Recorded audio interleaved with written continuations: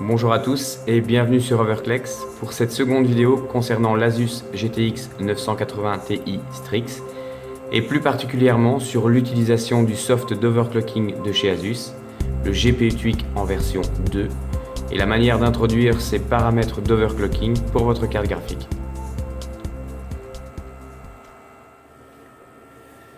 Nous voici donc dans la nouvelle interface de GPU Tweak 2.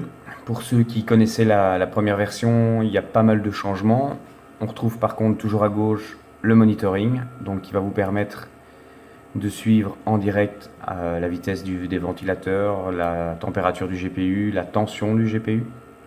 Mais la partie qui nous intéresse le plus, c'est la partie de droite. Donc comme on peut se rendre compte, Asus propose différents modes automatiques.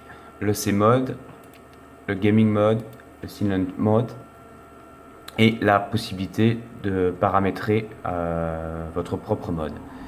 Donc la petite déception, c'est qu'au niveau des différents modes, il n'y a pas vraiment de grande différence. Pour pouvoir s'en rendre compte, je pars vers le petit onglet qui se trouve ici en bas à droite.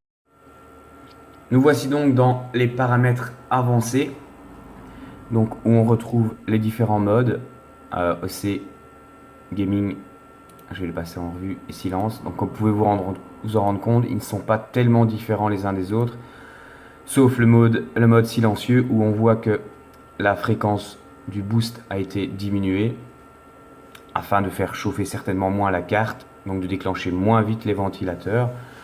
Et on peut trouver le mode Overclock, donc c'est celui que j'avais créé manuellement afin de réaliser les différents tests en air cooling. Donc ce que je vais vous proposer, c'est de créer votre propre profil.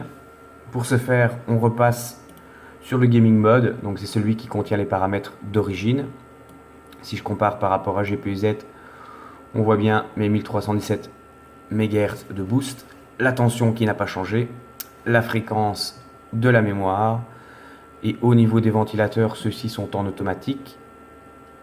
Pour l'instant, ils ne fonctionnent pas, les ventilateurs ils sont à l'arrêt, vu que la GTX 980 Ti Strix bénéficie de la technologie 0 décibels.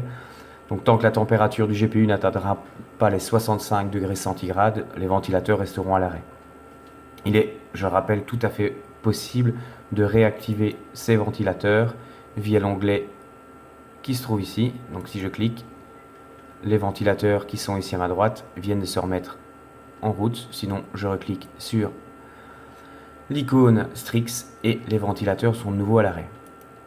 Donc, je vais partir de mon mode gaming pour faire des modifications.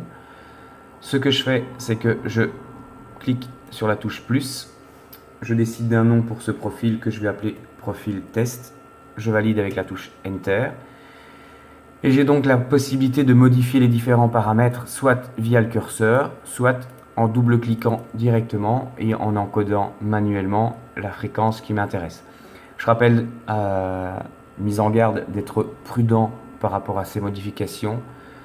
Il est intéressant d'aller par palier de 10 MHz pour tester si l'overclocking est stable ou pas.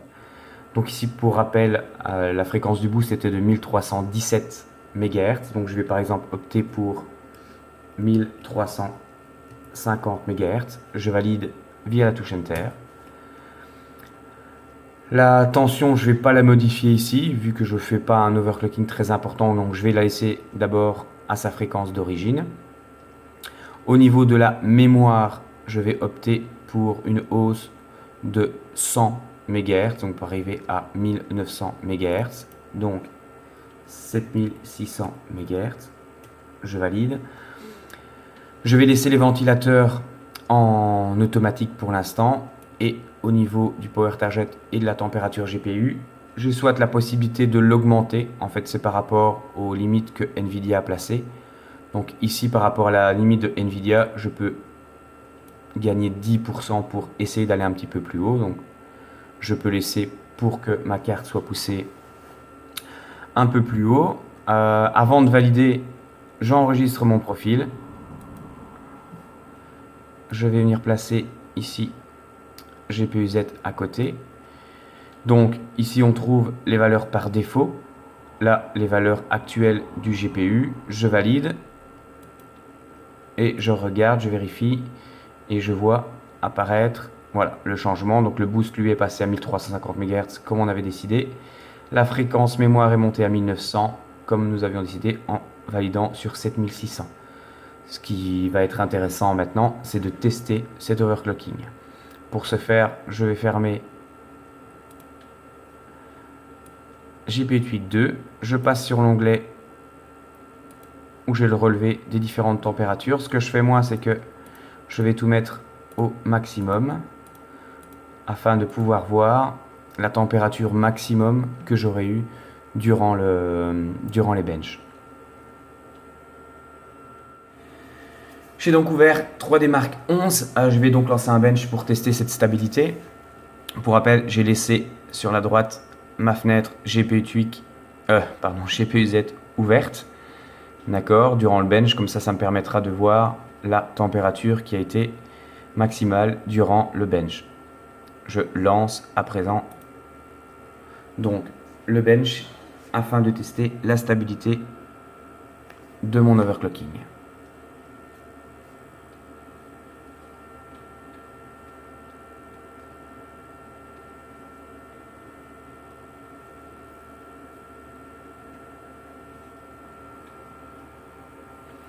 Donc pour rappel, 3D Mark se compose de 4 tests GPU et 2 tests qui sont plus spécifiques pour le CPU.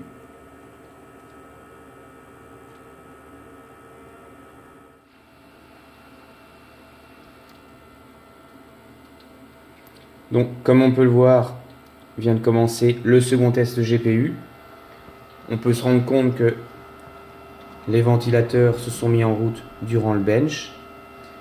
Pour ceux qui ont suivi la première vidéo, j'ai connecté ma carte graphique à mon OC panel ainsi qu'au multimètre qui me permettent donc de relever la tension durant le bench qui est de 1,17 volts.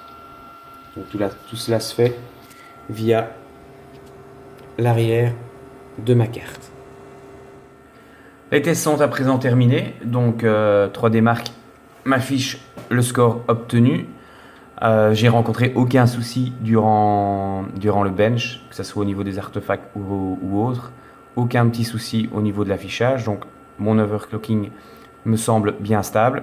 Si je vérifie maintenant par rapport à GPU Z, je peux me rendre compte que malgré que la fréquence boost ait été fixée à 1350 MHz, elle est montée au maximum jusqu'à 1438 MHz durant les benches. La fréquence du GPU est de 1949, ça c'est une petite erreur de ma part parce que j'avais mis 1950 avant de modifier les paramètres et comme j'avais laissé la fréquence de GPU Z ouverte, elle est restée sur 1950, mais on voit que durant les benches, elle était bien de 1900. Au niveau de la température maximum, elle est montée à 75 degrés centigrades. Les ventilateurs ont atteint la vitesse de 43%. Et si je double-clique ici, je verrai qu'au maximum, voilà, ils ont tourné à 1500 tours minute. Donc vous avez la possibilité de soit augmenter la vitesse de vos ventilateurs, ne plus laisser en auto si vous désirez redescendre un petit peu la température durant les benches. Maintenant, ce qu'il vous reste à faire, c'est de remodifier les paramètres pour atteindre la limite maximale de votre carte. À très bientôt sur Overclex pour une autre vidéo.